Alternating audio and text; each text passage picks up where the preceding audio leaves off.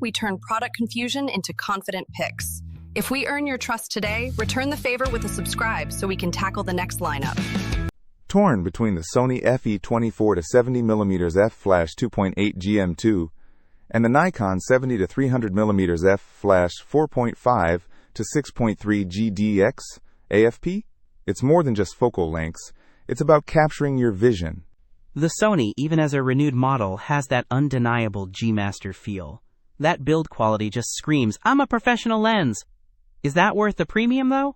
At around $1,830, it's a serious investment. Absolutely. Think about shooting wide open at f/2.8. The bokeh is incredible. And the sharpness? The product data says it uses 2XA, extreme spherical, elements for corner-to-corner sharpness. Dreamy, right? The Nikon, on the other hand, is much lighter at just over a pound and significantly cheaper at around $220 renewed. Perfect for travel, but am I sacrificing too much image quality and low-light performance?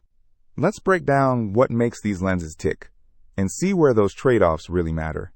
The Sony's resolution is insane. Those XA and ED elements, as we mentioned, minimize aberrations. You're getting tack-sharp portraits and landscapes, even in tricky lighting. It's like having a detail superpower. Plus, it can keep up with 30 frames per second on compatible bodies. The Nikon does have an extra low dispersion element to combat chromatic aberration, but it's a variable aperture lens. Does that constant aperture of the Sony really make a difference in real-world shooting? Here's a key difference. The Sony's constant f/2.8 aperture gives you consistent exposure and depth of field throughout the entire 24-70mm zoom range. Exactly. That constant aperture is a game changer for video. No more distracting exposure jumps when you zoom. Plus, the Sony minimizes focus breathing, which is crucial for smooth cinematic shots. The Nikon's variable aperture does time mean it gets slower as you zoom, going from f/4.5 to f/6.3. That's the trade-off for the longer 70-300mm reach, I guess. It also means you'll need more light or a higher ISO at the long end. So which lens wins?